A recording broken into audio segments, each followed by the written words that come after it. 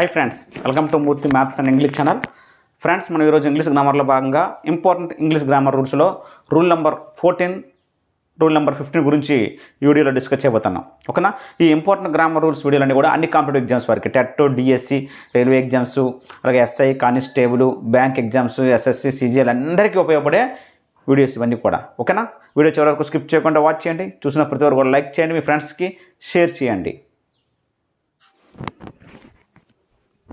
Friends, ఇప్పుడు నేర్చుకోబోయే rule number 14. Rule number 14 దీని గురించి అంటే కెన్ను, కుడ్. ఆల్రెడీ మనం మోడల్ వెర్బ్స్లో నేర్చుకున్నాం. ఈ కెన్ను, కుడ్ అనేవి ఇక్కడ ఎబిలిటీ గురించి చెప్తాయి. పాస్ట్ ఎబిలిటీ అయితే కుడ్, ప్రజెంట్ ఎబిలిటీ కానీ ఫ్యూచర్ ఎబిలిటీ అయితే కెన్ అని. సో ఎబిలిటీ గురించి చెప్పేటప్పుడు కెన్ అని కుడ్ని ఉపయోగిస్తాం. అలాగే మే, మైట్ పాసిబిలిటీ గురించి చెప్పేటప్పుడు మే, మైట్ని ఉపయోగిస్తామని మనం ఆల్రెడీ మోడల్ వెర్బ్స్ గురించి చెప్పేటప్పుడే మనము నేర్చుకోవడం జరిగింది. ఓకేనా? ఇక్కడ అయితే కెన్, కుడ్తో ఒక సెంటెన్స్ ఎబిలిటీ మీనింగ్లు ఇచ్చేటప్పుడు ఆ కెన్, కుడ్తో ఇచ్చిన సెంటెన్స్లో తిరిగి మళ్ళీ ఏబుల్ కానీ క్యాబుల్ కానీ ఉంటే తప్పు. అప్పుడు ఏబుల్ కానీ క్యాబుల్ కానీ ఏబుల్ టు, క్యాబుల్ టు అని ఇచ్చినట్లయితే వాటిని రిమూవ్ చేయాలి. ఇవి స్పాటింగ్ ఎర్రర్స్లో ఎక్కువ రావడం జరుగుతుంది. కెన్, కుడ్తో ఎబిలిటీ సంబంధించిన మీనింగు సెంటెన్స్లో ఉండి ఆ కెన్, కుడ్ ఇచ్చి అందులో మళ్ళీ ఏబుల్ టు కానీ క్యాబుల్ కానీ ఇచ్చాడు అంటే అది తప్పు. వాటిని రిమూవ్ చేయాలి. నెక్స్ట్ మే, మైట్ అది పాసిబిలిటీ సెంటెన్స్ అయ్యి అందులో మే, మైట్ ఉండి అందులో మళ్ళీ పాసిబిలిటీ కానీ లైక్లీ కానీ ఈ పదాలు ఉన్నట్లయితే వాటిని రిమూవ్ చేయాలి. ఓకేనా? ఈ స్పాటింగ్ ఎర్రర్స్లోని కరెక్షన్ సెంటెన్స్లో మనకు రావడం అనేది జరుగుతుంది. ఓకేనా? ఎందుకంటే వీటి మీనింగ్ ఒకటే. మే, మైట్ని పాసిబుల్ మీనింగ్లో పడతాం కాబట్టి తిరిగి అదే సెంటెన్స్లో మే, మైట్ ఉన్న సెంటెన్స్లో పాసిబుల్ అని ఉంటే తప్పు. మే, మైట్ ఉన్న సెంటెన్స్లో లైక్లీ ఉన్నా తప్పు. అలాగే కెన్, కుడ్ అనేవి ఎబిలిటీ గురించి పడతాం కాబట్టి ఆ కెన్, కుడ్ ఉన్న సెంటెన్స్లో ఏబుల్ ఉన్నా క్యాపబుల్ ఉన్నా తప్పు. వాటిని రిమూవ్ చేయాలి. ఓకేనా?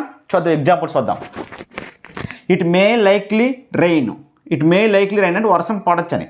ఇక్కడ లైక్లీ మే ఉన్నప్పుడు లైక్లీ అనేది ఉండకూడదు. కాబట్టి ఆన్సర్ ఏంటంటే ఇట్ మే రైన్ అనాలి తప్ప ఇట్ మే లైక్లీ రైన్ అని అనకూడదు. ఓకేనా? నెక్స్ట్ ఇక్కడ చూడండి, he may possibly meet his boss. అతను బాస్ని కలిసే అవకాశం ఉందని.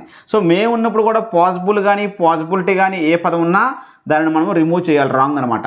ఓకేనా? ఆల్రెడీ మేతో ఉన్న సెంటెన్సే పాసిబిలిటీ మీనింగ్ ఉంటుంది, ఇంకా పాసిబుల్ మీనింగ్ ఉండకూడదు. పాసిబుల్ అనే పదం ఉండాల్సిన అవసరము లేదు. కాబట్టి he may meet his boss అనాలి తప్ప he may possibly meet his boss అంటే తప్పు. ఓకేనా? Next she can be able to do the work. She can be able to do the work అంటే ఆమె పని చేయగలదు అని అర్థం. ఇక్కడ కెన్ ఉంది, కెన్ ఉంది, బీ ఏబుల్ టు ఉంది. సో బీ ఏబుల్ టు ఇచ్చోడు అంటే దాన్ని రిమూవ్ చేయాలి. ఒక ఏబుల్ టు ఇచ్చినా బీ ఏబుల్ టు ఇచ్చినా, ఎందుకంటే కెన్ ప్లస్ V1 అనేదే అక్కడ ఎబిలిటీని చెప్తుంది. ఇంకా ఎబిలిటీ అందులోనే మీనింగ్ ఉన్నప్పుడు ఇంకా బీ ఏబుల్ టు అనేది అక్కడ అర్థం లేనిది అనమాట. కాబట్టి బీ ఏబుల్ టు ఇస్తే దాన్ని రిమూవ్ చేయాలి. ఎందుకంటే కెన్ ప్లస్ V1 ఉంటేనే అది ఎబిలిటీ మీనింగ్ వస్తుంది, ఆమె ఆ పని చేయగలదని. ఇంకా అందులో కెన్ ప్లస్ V1లోనే ఎబిలిటీ మీనింగ్ ఉన్నప్పుడు ఇంకా బీ ఏబుల్ టు అంటే మీనింగ్ లెస్ అనమాట. కాబట్టి అది ఉండకూడదు. కాబట్టి she can do the work అంటే correct answer. She can be able to do the work అనేది రాంగ్ ఆన్సర్. ఓకేనా? కెన్, కుడ్ ఉంటే అందులో ఏబుల్ టు ఉంటే దాన్ని రిమూవ్ చేయండి, be able to. May, might ఉంటే అందులో పాసిబుల్ కానీ లైక్లీ కానీ ఉన్నట్లయితే వాటిని రిమూవ్ చేయండి. ఓకేనా? Next because of heavy rain వల్ల they could not able to attend the meeting. వాళ్ళు మీటింగ్ అటెండ్ కాలేరు. సో ఇక్కడ కుడ్ నెగిటివ్ అయినా పాజిటివ్ అయినా కెన్, కుడ్ ఉంటే అందులో ఏబుల్ టు అంటే రిమూవ్ చేయాలి. ఓకేనా? బీ ఏబుల్ టు ఉన్నా రిమూవ్ చేయాలి. ఓకేనా? Because of heavy rain they could not able to attend the meeting అంటే తప్పు. ఏబుల్ టు రిమూవ్ చేస్తే because of heavy rain they could not attend the meeting అనాలి. They could not attend the meeting అనాలి తప్ప they could not able to attend the meeting అనకూడదు. So అందులో able to అనే పదము ఉండకూడదు. ఓకేనా? ఇది మనకి రూల్ నెంబర్ 14 అండి. ఓకేనా? కెన్, కుడ్ ఉన్న సెంటెన్స్లో ఏబుల్, క్యాబుల్ ఇచ్చిన ఏబుల్ టు ఓకేనా, బీ ఏబుల్ టు ఉంటే వాటిని రిమూవ్ చేయాలి. స్పాటింగ్ ఎర్రర్ అక్కడే ఉన్నట్టు. నెక్స్ట్ మే, మైట్ ఇచ్చిన సెంటెన్స్లో పాసిబుల్ పదం కానీ లైక్లీ పదం ఉంటే రాంగ్ అనమాట. ఓకేనా? అక్కడ స్పాటింగ్ ఎర్రర్ ఉన్నట్టు వాటిని రిమూవ్ చేయాలి. ఓకేనా? ఎందుకంటే రెండింటి మీనింగ్ ఒకటే అని అర్థం. ఓకేనా?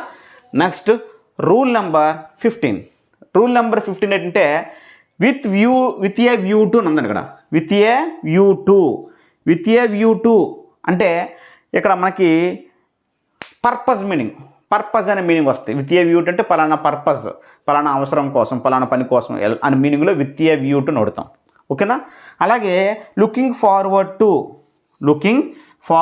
టు అయితే లుకింగ్ ఫార్వర్డ్ అంటే ఎక్స్పెక్ట్, అంటే ఆ పని చేయాలని ఎదురు చూస్తాను, ఒక పని కోసం లేదా ఒక వ్యక్తి కోసం ఎదురు చూస్తున్నాను అని. ఆ విధంగా ఎక్స్పెక్టెడ్ మీనింగ్ వస్తుంది లుకింగ్ ఫార్వర్డ్ టు. అలాగే విత్ ఏ వ్యూ టు, ఈ రెండు కూడా ప్రిపోజిషనల్ ఫ్రేజెస్, అంటే ప్రిపోజిషన్స్ అన్నమాట. ఈ రెండు కూడా ప్రిపోజిషనల్ ఫ్రేజెస్, అవే ప్రిపోజిషన్స్ అని అర్థం. సో ప్రిపోజిషనల్ ఫ్రేజెస్ తర్వాత ఏమంటుంది, ప్రిపోజిషన్ తర్వాత ఏముంటుంది, నౌన్ వస్తుంది, అంతే కదా. ప్రిపోజిషన్ తర్వాత నౌన్. కాబట్టి with a view to looking forward to తర్వాత ఇప్పుడు కూడా నౌన్ అని రావచ్చు, లేదా ఒకవేళ నౌన్ కాకుండా ఇంగ్ ఫామ్ వచ్చింది జెరాండ్ అని రావచ్చు. ఎందుకంటే జెరాండ్ అనేది వెర్బల్ నౌన్, జెరాండ్ అనేది నౌన్గా పనిచేస్తుంది. కాబట్టి with a view to looking forward to తర్వాత జెరాండ్ అంటే వెర్బ్ వన్కి ఇంగ్ ఫామ్. ఓకేనా, ఇంగ్ ఫామ్ లేదా డైరెక్ట్గా ఒక నౌన్ అయినా రావాలి వీటి తర్వాత. ఎందుకంటే ఇవి ప్రిపోజిషనల్ ఫ్రేజెస్ కాబట్టి ప్రిపోజిషన్స్ తర్వాత నౌనే ఉంటుంది. కాబట్టి ఇక్కడ రావాల్సింది అయితే జెరాండ్ వెర్బ్ వన్కి ఇంగ్ ఫామ్ కానీ లేదా ఏదో ఒక నౌన్ కానీ రావాలి. ఎందుకంటే జెరాండ్ కూడా నౌన్గా పనిచేస్తుంది కాబట్టి. ఓకేనా. ఇక్కడ ఎగ్జాంపుల్స్ చూద్దాం. I come here to eat, నేను ఇక్కడికి తినడానికి వచ్చాను. సో రైట్ ఆన్సర్, ఇక్కడ రాంగ్ ఏం లేదు. ఇక్కడ చూడండి, I come here with a view to eat అని ఉంది. విత్ ఏ వ్యూ టు నన్ను చూడండి ఇక్కడ,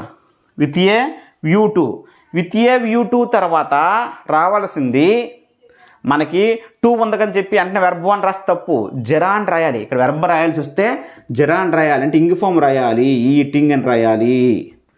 I come here with a view to eating అనాలి.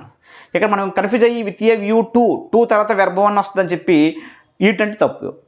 విత్ ఏ వ్యూ టు తర్వాత జెరాండ్ రావాలి, వెర్బ్ రాయాల్సి వస్తే ఇంగ్ ఫామ్ రాయాలి. ఓకేనా. Next we look forward to hear from you soon, అంటే మేము నుండి వేగంగా మంచి వార్త వినాలని ఎదురు చూస్తున్నామని మీనింగ్ అనమాట. వీ లుక్ ఫార్వర్డ్ టు తర్వాత ఇక్కడ రావాల్సింది వెర్బ్ వన్ కాదు, ఇంగ్ ఫామ్ రాయాలి, హీరింగ్ అని రాయాలి, హీరింగ్. ఓకేనా. We look forward to hearing from you soon అనాలి. So with a view to look forward to తర్వాత వెర్బ్ రాయాల్సి వస్తే ఇంగ్ ఫామ్ రాయాలి, జెరాండ్ రాయాలి, లేదా డైరెక్ట్గా ఒక నౌన్ రాసినా రైటే.